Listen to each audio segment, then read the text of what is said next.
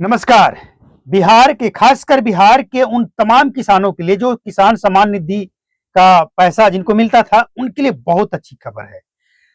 लोगों को ये चिंता सता रहा था कि जब फार्मर आईडी बनेगा नहीं तो किसान सम्मान निधि का जो पैसा मिलने वाला है, और खासकर बिहार में जो 6,000 के बजाय 9,000 मिलने वाला है, वो नहीं मिलेगा।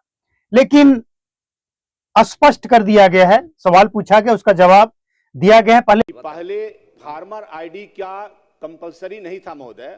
पहले जमीन का स्वामित्व किसानों का उसके वंशावली के आधार पर निर्धारित हो जाता था और किसान सम्मान निधि का लाभ मिलता था।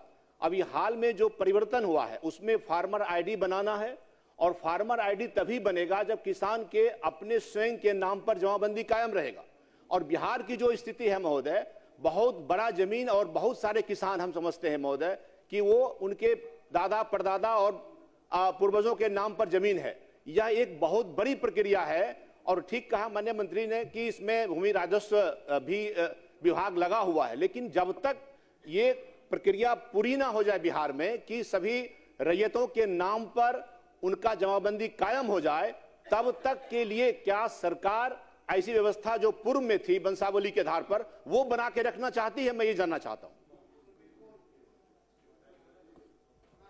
माननीय मंत्री।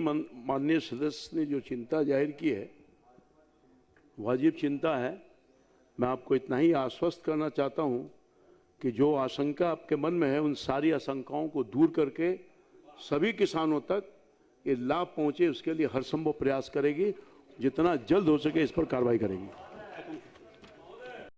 तो जो लोग किसान हैं और भले ही उनका वंशावली के आधार पे किसान सम्मान निधि का पैसा मिलता था, तो वो जब तक कि सभी किसानों का फार्मर आईडी नहीं बन जाता है, तब तक ये पुरानी व्यवस्था चलता रहेगा, और पुरानी व्यवस्था के तहत ही लोगों को वो पैसे मिलते रहेंगे।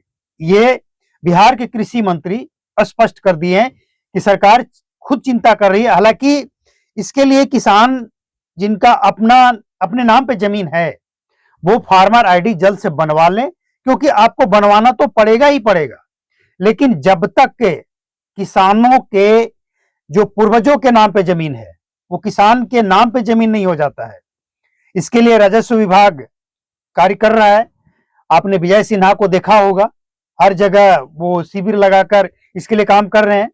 तो ये काम तो चल ही रहा है, मतलब पूर्वजों के नाम पे जो जमीन है वो आपके नाम पे हो जाए, और इसके बाद आपका फार्मर आईडी बन जाए।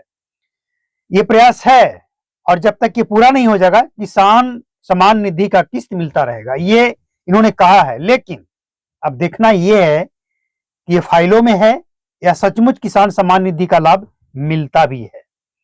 तो चैनल पहली बार है, फर्स्ट टाइम विजिट किए तो सब्सक्राइब कर लें, और फेसबुक पेज पर हैं तो फॉलो कर लें।